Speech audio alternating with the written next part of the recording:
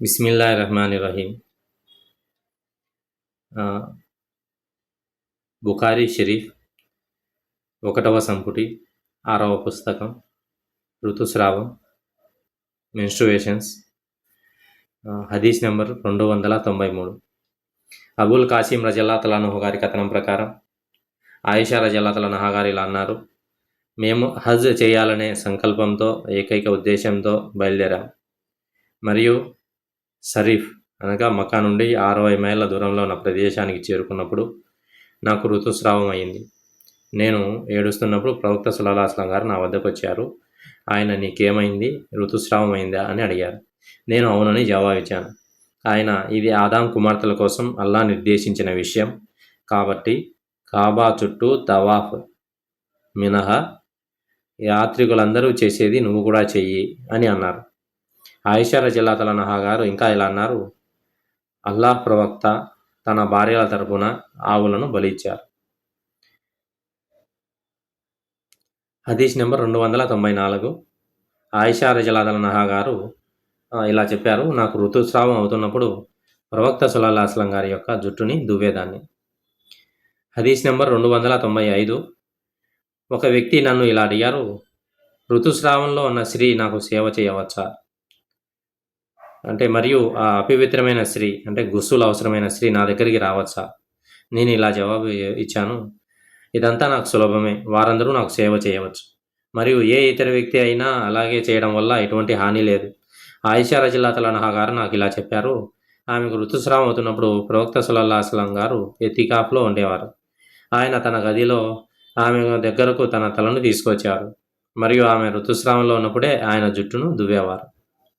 హదీస్ number 296. నాకు ఋతుస్రావం అవుతున్నప్పుడు ప్రవక్త సల్లల్లాహు అలైహి వసల్లం గారి ఒడిలో వాలి ఖురాన్ పఠించేవారు. ఆయిషా రజల్లాహు తఆలా గారి యొక్క కథనం. హదీస్ నెంబర్ 297. ఉమ్మె సలామా రజల్లాహు తఆలా అన్హా గారు కథనం. నేను ప్రవక్త సల్లల్లాహు అలైహి వసల్లం గారితో ఒకే ఉన్ని దుప్పట్లో కింద పనుకునేవాళ్ళం. వీళ్ళంతా ప్రవక్త సల్లల్లాహు అలైహి వసల్లం గారి యొక్క సత్యమలు అనమాట. నాకు ఋతుస్రావం వచ్చింది. నేను మెల్లగా జరిగి ఋతుస్రావానికి వాడే బట్టలు వేసుకున్నాను. ఆయన, నీకు నిఫాస్ ఋతుస్రావం అయిందా అని అడిగారు. నేను అవునని జవాబిచ్చాను. అప్పుడు ఆయన నన్ను ఆ యొక్క ఉన్ని దుప్పటి కిందకి తీసుకున్నారు అన్నమాట. హదీస్ నెంబర్ 298. ఈ యొక్క హదీస్లు ఏదైతే చెప్తున్నామో అవి రిపీట్గా మనకి తిరిగి వస్తూ ఉంటాయి. కాబట్టి ఆ యొక్క హదీస్ నెంబర్ అనేది మెన్షన్ చేయడం జరుగుతుంది. తర్వాత మీరు వీటిని గమనించగలరు. హదీస్ నెంబర్ 298. ఆయిషా రజల్లాహు అన్హా గారి కథనం ప్రకారం నేను జునూబ్ అపవిత్ర స్థితిలో, గుస్సులు లేని స్థితిలో ఉన్నప్పుడు ప్రవక్త సల్లల్లాహు అలైహి వసల్లం గారు నేను ఒకే కుండలో స్నానం చేసేవాళ్ళం. ఋతుస్రావ సమయంలో ఆయన నన్ను ఇజార్ ధరించమని ఆజ్ఞాపించేవాళ్ళు. అంటే అది ఋతుస్రావ మెన్సెన్స్ పీరియడ్లో వాడే గుడ్డ అనమాట. నా శరీరాన్ని సృజించేవారు. ఎతికాఫ్లో ఉన్నప్పుడు ఆయన తన తలను నా దగ్గరికి తీసుకొచ్చేవారు మరియు నాకు ఋతుస్రావం అవుతున్న సమయంలో నేను దాన్ని కడిగేదాన్ని. హదీస్ నెంబర్ 299. అబ్దుర్ రహమాన్ బిన్ అల్ అస్వద్ రజల్లాహు అన్హు గారి కథనం ప్రకారం ఆయిషా రజల్లాహు అన్హా గారు తన తండ్రి ద్వారా ఇలా అన్నారు: ప్రవక్త సల్లల్లాహు అలైహి వసల్లం గారు మాలో ఎవరికైనా ఋతుస్రావం అవుతున్నప్పుడు వారిని సృజించాలనుకున్నప్పుడల్లా వారిని ఇజార్ ధరించమని ఆజ్ఞాపించి సృజించడం ప్రారంభించేవారు. ఆయిషా రజల్లాహు అన్హా గారు ఇంకా ఇలా అన్నారు: ప్రవక్త వలె మీలో ఎవరైనా తమ కోరికలను నియంత్రించుకోలేకపోతే, ఇది ప్రవక్త సల్లల్లాహు అలైహి వసల్లం గారు, మిగతా వాళ్ళకు ఇది అనుమతి లేదనమాట. ఎందుకంటే వాళ్ళు తమ కోరికలను నియంత్రించుకునే వాళ్ళ కోసమే ఇది. హదీస్ నెంబర్ 300. మైమునా రజల్లాహు అన్హా గారి కథనం ప్రకారం ప్రవక్త సల్లల్లాహు అలైహి వసల్లం గారు తన భార్యలలో ఎవరికైనా ఋతుస్రావ సమయంలో సృజించాలని కోరుకున్నప్పుడల్లా ఆమెను ఇజార్ ధరించమని అడిగేవాళ్ళు. హదీస్ నెంబర్ 301. అబూ సయీద్ అల్ ఖుద్రీ రజల్లాహు అన్హు గారి కథనం ప్రకారం ఒకసారి ప్రవక్త సల్లల్లాహు అలైహి వసల్లం గారు ఈదుల్ అజహా లేదా ఈదుల్ ఫితర్ నమాజ్ చేయడానికి ముసల్లా వేయడానికి వెళ్ళారు. అప్పుడు ఆయన స్త్రీల వద్దకు వచ్చి ఇలా అన్నారు: ఓ స్త్రీలారా, దాన ధర్మాలు చెయ్యండి. ఎక్కడ ఈద్గా నమాజ్ పోవాలని వెళ్ళినప్పుడు అక్కడ స్త్రీలను సపరేట్ నిలబడింటారన్నమాట. వాళ్ళు ఈద్గా నమాజ్కి స్త్రీలను తీసుకోవడం కూడా సున్నత్. ఆ స్త్రీలు అనేది సపరేట్ ఉన్నప్పుడు వాళ్ళ దగ్గరికి వెళ్ళి చెప్పినారు: స్త్రీలారా, దాన ధర్మాలు చేయండి, ఎందుకంటే నరకవాసాలలో అత్యధికులు మీల్ని చూశాను. అందుకు వారు, ఓ ప్రవక్త అని అడిగారు. ప్రవక్త గారు ఇలా జవాబిచ్చారు, మీరు తరచుగా శపిస్తారు, మీ భర్తల పట్ల కృతజ్ఞత లేకుండా ఉంటారు. తెలివిలోనూ ధర్మంలోనూ మీకంటే ఎక్కువ లోపం ఉన్నవారిని నేను చూడలేదు. జాగ్రత్తపరుడైన వివేకి అయిన వ్యక్తి కూడా మీలో కొందరి వల్ల తప్పుదారి పట్టగలడు. ఆ స్త్రీలు అడిగారు, ఓ అల్లా ప్రవక్త, మా తెలివిలోనూ ధర్మంలోనూ లోపం ఏమిటి?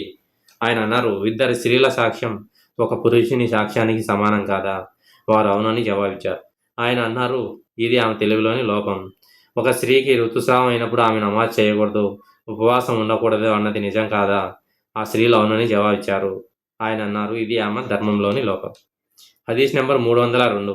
ఆయిషా రజల్లాహు అన్హా గారి కథనం ప్రకారం మేము ప్రవక్త సల్లల్లాహు అలైహి వసల్లం గారు, ఇది మనకి 293వ హదీస్లో వచ్చింది.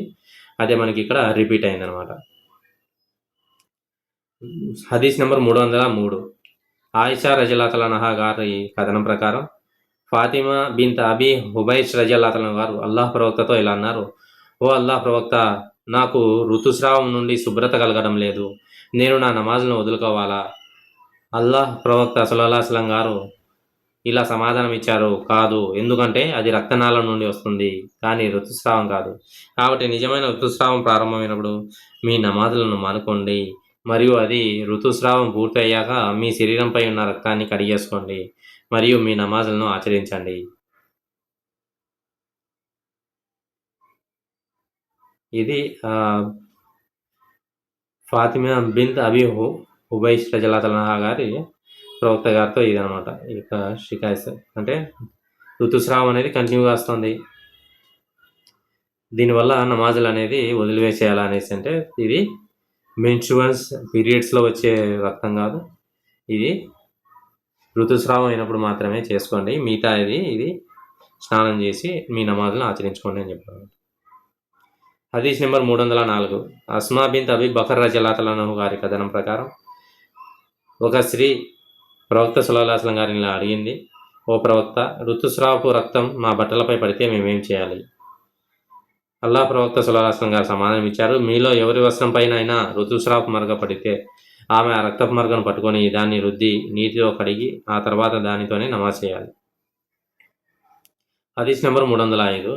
ఆయిషా రజల్లాహు అన్హా గారి కథనం ప్రకారం మాలో ఎవరికైనా ఋతుస్రావం అయినప్పుడు వారు శుభ్రపడిన తర్వాత ఆ రక్తపు మరకను పట్టుకొని తమ వస్త్రంపై ఉన్న రక్తాన్ని రుద్ది తీసివేసి దానిపై నీళ్లు పోసి ఆ భాగాన్ని క్షుణ్ణంగా కడిగి మిగిలిన వస్త్రంపై నీళ్లు చల్లేవారు. ఆ తర్వాత వారు దానితోనే నమాజ్ చేసేవారు. హదీస్ నెంబర్ 306. ఆయిషా రజల్లాహు అన్హా గారి కథనం ప్రకారం ఒకసారి ప్రవక్త సల్లల్లాహు అలైహి వసల్లం భార్యలలో ఒకరు ఆయనతో పాటు ఇతికాఫ్ చేసేవారు. ఆమెకు ఋతుస్రావం మధ్యలో రక్తస్రావం అయ్యేది.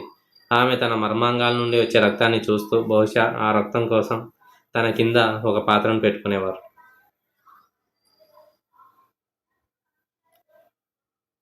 ఉపవాక్యత ఉక్రమ రజల్లాహు అన్హు గారు ఇలా జోడించారు, ఆయిషా రజల్లాహు అన్హా గారు ఒకసారి ఇసఫ్ ద్రవాన్ని చూశారు.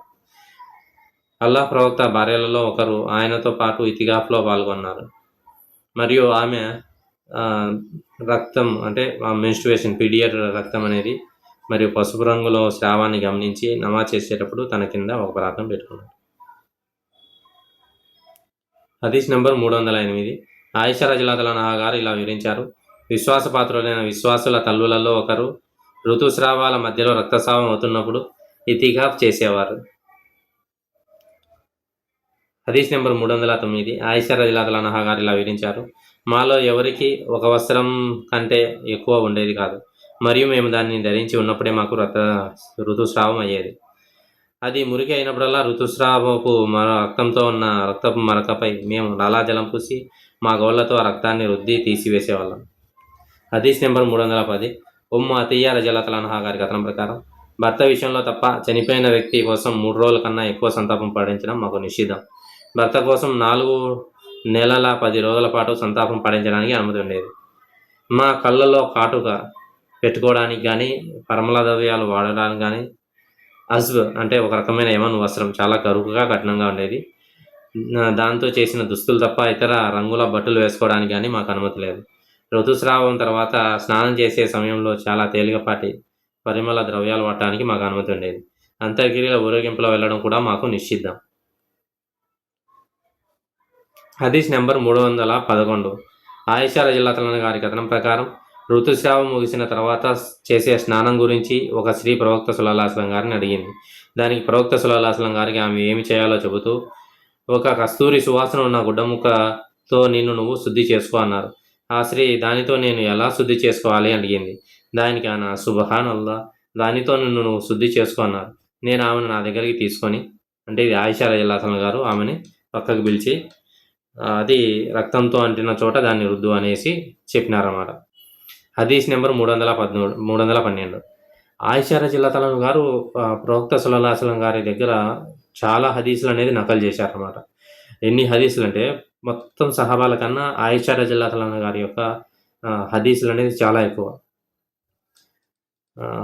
ఆయిషా రజియల్లాహు అన్హా గారి కథనం ప్రకారం ఒక అన్సారీ స్త్రీ ఋతుస్రావం ముగిసిన తర్వాత స్నానం ఎలా చేయాలో ప్రవక్తను అడిగింది. ఆయన ఇలా సమాధానం ఇచ్చారు: కస్తూరి సువాసన గల వస్త్రాన్ని తీసుకొని తన మర్మాంగాలను 3 సార్లు శుభ్రం చేసుకో. ప్రవక్త గారు సిగ్గుపడి ముఖం తిప్పుకున్నారు. అందువల్ల నేను ఆమెను నా వద్దకు లాగి ప్రవక్త చెప్పిన దాని అర్థం ఏమిటో ఆమెకు చెప్పాను. హదీస్ నెంబర్ 313. ఆయిషా రజియల్లాహు అన్హా గారి కథనం ప్రకారం ప్రవక్త సల్లల్లాహు అలైహి వసల్లం యొక్క చివరి హజ్లో, ఇది హదీస్ నెంబర్ 293 ఒక హదీస్, తిరిగి అదే రిపీట్ అవుతుంది అనమాట ఆ హదీస్. ఈ హదీస్లో ఏంటంటే, హజ్లో వెళ్తాన్నప్పుడు ఆయనతో పాటు హజ్ కోసం ఇహ్రాం ధరించాను. నేను అంటే హజ్ మరియు ఉమ్రా చేయాలని సంకల్పించి నియత్ చేసుకునేది ఆమె. బలిపశును కూడా తీసుకువెళ్ళింది ఆమెతో పాటే. ఏమంటే ఋతుస్రావం అయింది. అరఫా రాత్రి వరకు ఆమెకు యొక్క ఋతుస్రావంలోనే ఉండింది అనమాట. ప్రవక్త సల్లల్లాహు అలైహి వసల్లం గారు, ఇది అరఫా రోజు రాత్రి నేను ఉమ్రాతో కలిగిన హజ్ తమత్ చేయాలని సంకల్పించాను. ప్రవక్త సల్లల్లాహు అలైహి వసల్లం గారు నా జుట్టు విప్పి దువ్వుకోమని మరియు ఉమ్రా వాయిదా వేసుకోమని నాకు చెప్పారు. అలాగే నేను హజ్ పూర్తి చేశాను. అంటే తవాఫ్ తప్ప మిగతా అన్నీ ఏదైతే మిగతా వాళ్ళు చేస్తున్నారో ఆ ఆచరణలన్నీ పూర్తి చేసిందనమాట. దానికి ప్రవక్త గారు అనుమతి ఇచ్చినారు. తర్వాత హజ్ తమాత్కు బదులుగా ఉమ్రా కోసం ఇహ్రాం ధరించడాన్ని నన్ను అత్తనీయంకు తీసుకెళ్ళమని, ఎప్పుడైతే ఆ యొక్క పీరియడ్స్ ఆగిపోయినాయో అరఫా రాత్రి రోజు, వాళ్ళు ప్రవక్త సోదరుడు ఆయిషా రజియల్లాహు అన్హా గారి సోదరుడైన అబ్దుర్రహ్మాన్కి ఆదేశించారన్నమాట. హదీస్ నెంబర్ 314. సేమ్ ఇదే పైన చెప్పినట్టే హదీసే ఇక్కడ మనకి మళ్ళీ వచ్చింది. ఇక్కడ చిన్న ఇంకొక విషయం యాడ్ చేసినారు. ఇహ్రాంకు బదులుగా ఉమ్రా కోసం ఇహ్రాం ధరించారు. ఉమ్రా కోసం హదీ అంటే బలి పశువు ఇవ్వడం కానీ, బలి ఇవ్వడం కానీ, ఉపవాసం ఉండడం కానీ, దాన ధర్మాలు ఇవన్నీ అవసరం లేదన్నమాట. హదీస్ నెంబర్ 315. అనస్ బిన్ మాలిక్ రజియల్లాహు అన్హు గారి కథనం ప్రకారం ప్రవక్త సల్లల్లాహు అలైహి వసల్లం గారు ఇలా అన్నారు: ప్రతి గర్భం వద్ద అల్లాహ్ ఒక దేవదూతను నియమిస్తారు. ఆ దేవదూత ఇలా అంటారు: ఓ ప్రభు, ఒక వీర్యపు చుక్క, ఒక ప్రభు ఒక గడ్డ, ఓ ప్రభు ఒక చిన్నపు మాంసం ముద్ద.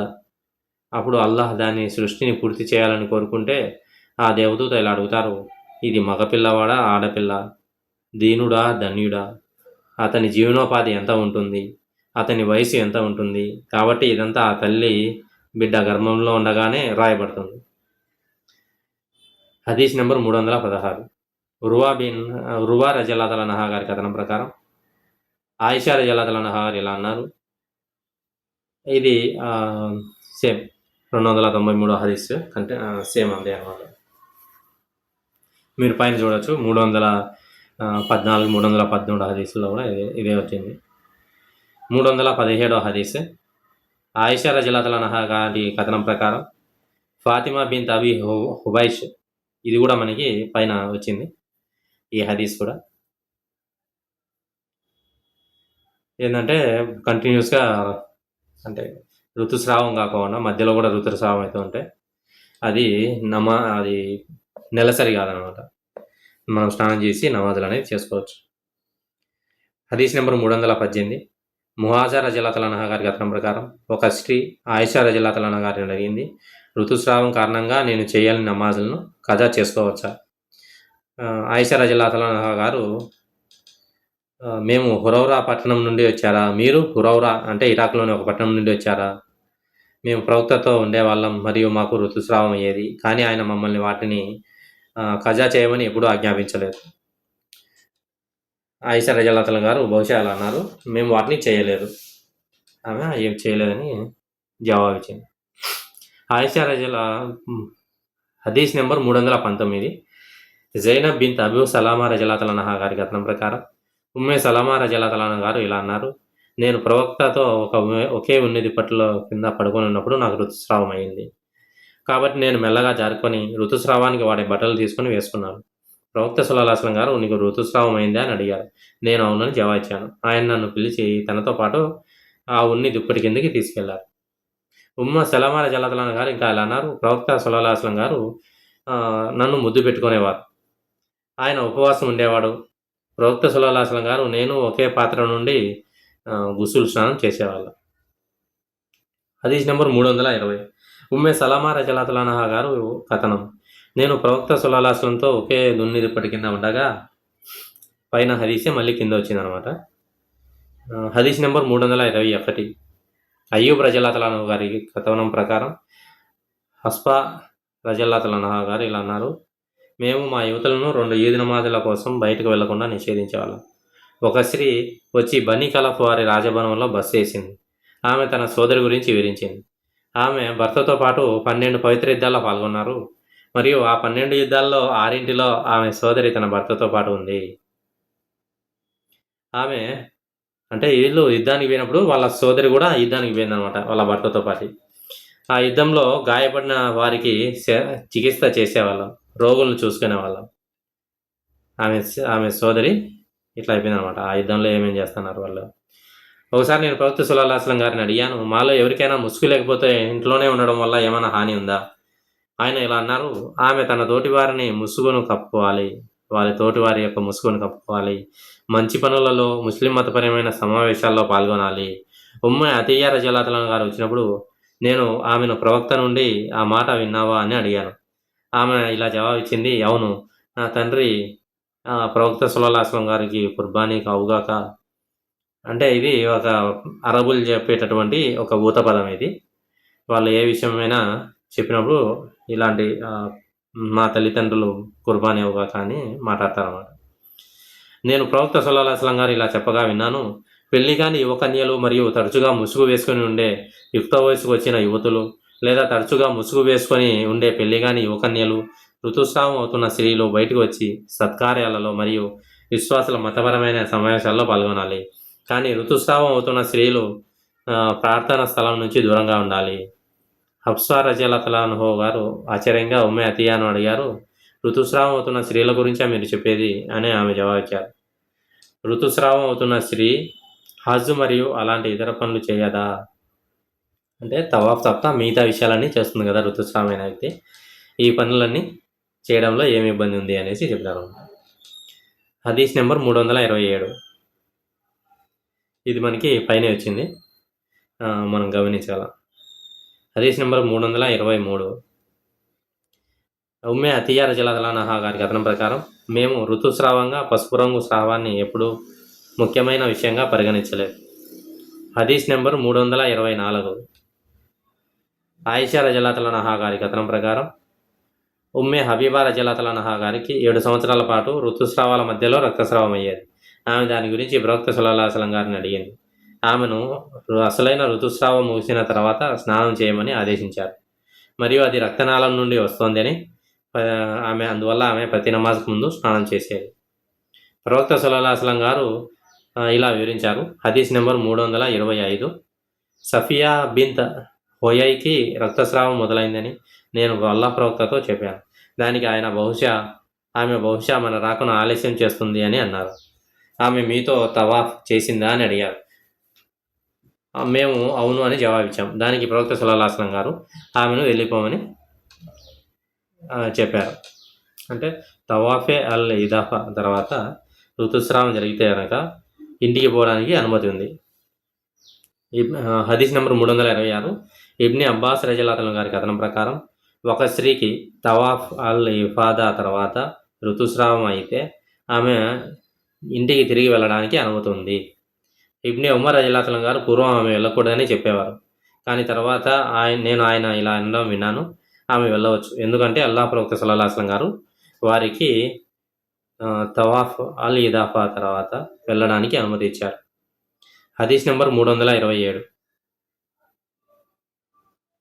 ఆయిషా రజియల్లాహు అన్హా గారి కథనం ప్రకారం ప్రవక్త గారు నాతో ఇలా అన్నారు: నేను ఋతుస్రావం ప్రారంభమైనప్పుడు నమాజ్ను విడిచిపెట్టు, అది ముగిసిన తర్వాత నీ శరీరంపై ఉన్న రక్తాన్ని కడుక్కొని స్నానం చేసి నమాజ్ను ప్రారంభించు.